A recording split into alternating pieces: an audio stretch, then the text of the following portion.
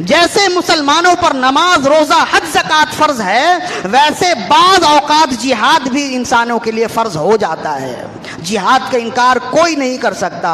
ہم جس زمانے میں رہتے ہیں یہ زمانہ پلپلے لوگوں کا زمانہ ہے، کمزور طبیعت لوگوں کا زمانہ ہے، اور نئی رنگیے اسلام نے، نئی رنگیے فرنگ نے انہیں اتنا کمزور کر دیا، مادر پدر آزادی نے مسلمان کو اتنا کمزور کر دیا کہ وہ خود تو جہاد میں جاتا نہیں بلکہ اب وہ جہاد کی نفی کرنے لگا، نچلے طبقے سے لے کے اونچے طبقے تک، حکمرانوں تک۔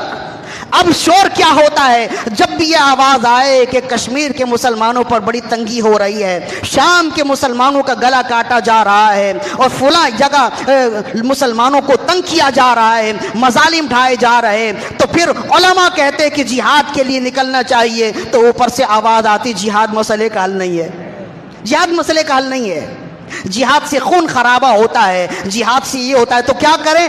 ہم اپنا احتجاج ریکارڈ کرائیں گے۔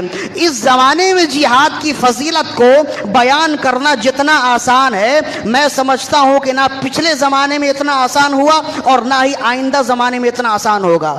ہم نے تو زمینی حقائق دیکھے کہ کشمیر کی آزادی کے لیے 74 سال تک ہم احتجاج کرتے رہے، مختلف مقامات پر احتجاج کر رہے ہیں، نتیجہ کیا ہے؟ نتیجہ صفر کے علاوہ کچھ بھی نہیں ہے۔ اور ادھر جہاد کرنے والے 20 سال جہاد کرتے ہیں، اپنا ملک واپس لے لیتے ہیں، پورا افغانستان اپنے قبضے میں لے لیتے ہیں۔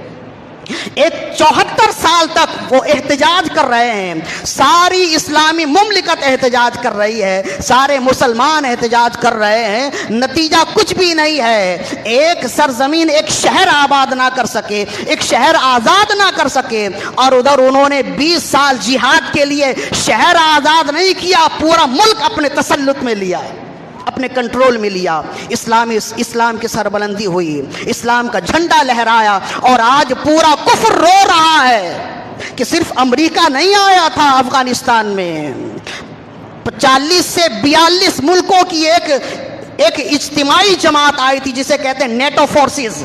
یہ صرف امریکہ کی جماعت نہیں تھی، امریکہ کے فورسز نہیں تھے، تمام کفر اٹھ کر مسلمانوں کے مقابلے میں آیا، اسلام کے مقابلے میں آیا۔ لیکن جب وہ گیا تو آج سارا کفر رو رہا ہے اور کہہ رہا ہے کہ ہمیں ہارنے کا غم نہیں ہے، غم تو یہ ہے کہ ہم جو سامان لے کر گئے تھے سارا سامان مال غنیمت بن کر ان کے قبضے میں آ گیا ہے۔